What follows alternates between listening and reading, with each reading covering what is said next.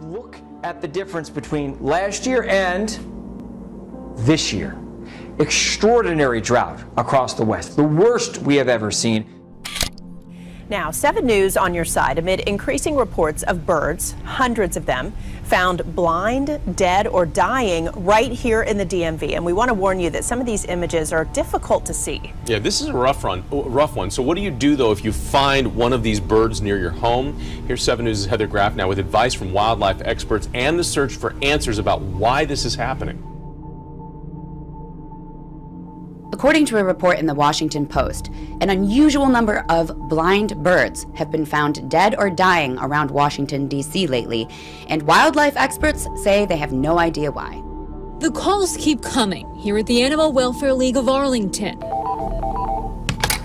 Animal Welfare League of Arlington, how can I help you? Calls from concerned homeowners and neighbors about birds that appear to be blind, their eyes so swollen and crusty with discharge, they're unable to fly. It's really ramped up in the last couple of weeks. So far, the Virginia Department of Wildlife Resources says it's gotten more than 300 reports of dead or dying birds in the Commonwealth, but it's happening in Maryland and the district as well. A 7 News viewer took this video in Rockville, and experts say they're seeing it most often in grackles or blue jays, like you see here. It's mostly concerning because we don't know what it is.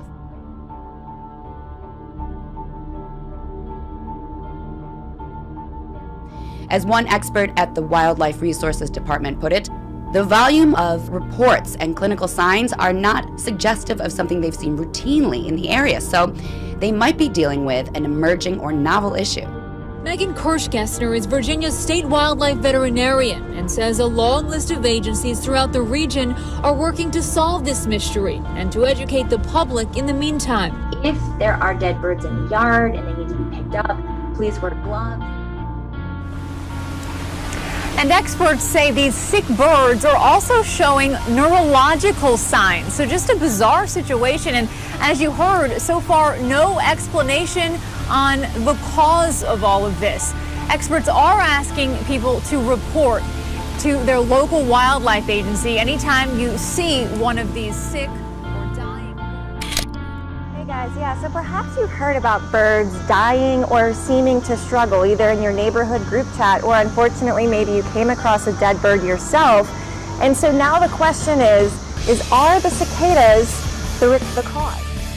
It's not impossible that it's not cicada related, but it's not overly likely. He says the birds appear to have neurological issues or vision problems. One Northside resident tells me they found 4 dead birds in their backyard within 2 weeks. Really, the only way that it could be like a cicada related issue is if there were pesticides or some sort of weird bacterial infection, but interestingly, lots of things, animals are eating cicadas right now. Animals like squirrels and your pets are getting in on the feeding frenzy, yet there are no reports of them being affected like the birds. A key point when tracking down the source of this problem. Something has changed in their environment that's affecting them. Whether it's a man-made cause, whether it's just a breakout. He says younger blue jays and grackles are the primary birds affected. It is hard to speculate long-term, effects of this because we don't know how many individual animals will be affected, how many. Large parts of the northern hemisphere have seen a partial solar eclipse today. The moon traveled directly in front of the sun in what's called an annular eclipse. A rare solar eclipse that astronomers call a ring of fire took a bite out of the sun for more than an hour. Because the moon's so far away from Earth, it didn't block out the whole sun, creating a ring of fire. It's been a long time since we've seen this. Oh yeah, Anthony, the Northeast, you've got to go back to 1959. That's before I was born. The next one, not until 2079. So this was my opportunity, my once-in-a-lifetime opportunity to see it. It did not disappoint. An eclipse at sunrise in the United States.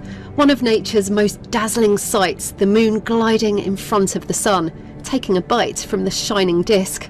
And this was the view from Canada, where the northernmost parts of the world were treated to a full spectacle. As it was rising, I mean, it was something to see, and you had all kinds of iconic pictures around the Northeast. The sun rose over that iconic New York City skyline. Great shots from the Jersey Shore as well. But today's event has delighted many around the world with a display of a true celestial wonder.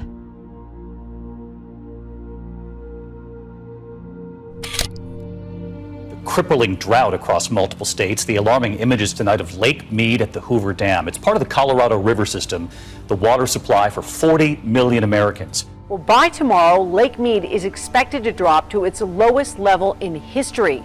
Some 40 million people, including all of us right here in Clark County, rely on the reservoir for water.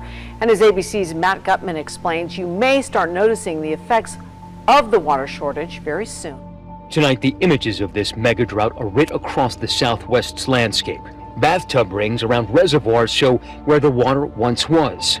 Boat marinas and fields bone dry. This part of the Colorado River system is a crucial water supply for Las Vegas, Phoenix, and Southern California. It makes the vast agricultural land of the desert Southwest possible. This landscape screams problems to me. I mean, just look at the bathtub rings. To me, that is an enormous wake-up call. Much of the water the dam is supposed to be holding back is gone. This is like a different world. A dangerous heat wave from the northern plains to New England is breaking records while the south faces a severe weather threat.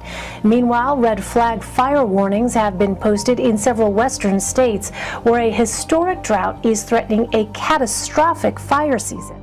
Nearly 300,000 miles of the Southwest are in exceptional drought, an area bigger than the state of Texas. The before and after pictures at Lake Orville from 2016 to now are striking. Anywhere you look, weather nationwide is at extreme conditions. You've got the drought dominating the West Coast and relentless rains saturating the eastern seaboard. In neighboring Utah, the dry conditions prompted the governor to call for a weekend of prayer. We need more rain, and we need it now. We need some divine intervention. The heat and humidity also produced scattered severe thunderstorms from Alabama to Texas, where a woman's body was recovered after floodwaters swept her car off the road. More than 100 homes were flooded outside of Houston. As the West Coast thirsts for rain, with lakes dipping to their lowest level in decades, people on the East Coast are getting hit with blinding downpours. This video from North Carolina showing what drivers faced on Interstate 95, south of Raleigh, as severe storms move through the area. California's drought isn't just posing wildfire danger, it is also threatening a species of salmon. Because the state experienced one of the driest years on record, waterways that would normally carry young salmon out to sea are now hotbeds of dirt and dust. I'm standing currently 40 feet underwater, or should be standing 40 feet underwater. Governor Gavin Newsom declared a drought emergency from a cracked lake bed in April. The hots are getting hotter, the dries are getting drier. Iconic Chinook salmon need cold, running water to survive. They hatch in rivers, then migrate to the sea to mature. After a couple years, they swim back to where life began, to reproduce or spawn. But this year, studies show fish born in the wild will likely die. Just a quick look. One story has caught my eye. This is in the Telegraph, and there's a new telescope that has detected hundreds of mysterious radio bursts from space, prompting a string of theories about where they're coming from. So fast radio bursts, very short, very intense pulses of radio waves, first discovered in 2007. But there's been a whole load of them found recently. The Canadian Hydrogen Intensity Mapping Experiment, known as CHIME. That is easier. They've been using a radio telescope in British Columbia. 535 new FRBs, these pulses, in a 12-month period, 2018-2019. Is someone sending us a message from out there? Have they established whether or not that is the case? No. Oh. No, they haven't. How do they know if it's not just a glitch in the machinery? Well, they say it's more than that, but something is happening out there. Something happening out there. Just by way of information, a lot of people interested in UFOs. Apparently, I wasn't aware of this. Very shortly, the government is about to release, which they do periodically, their UFO investigations, which sort of remain behind closed doors. That's coming out soon. Yeah. Yeah.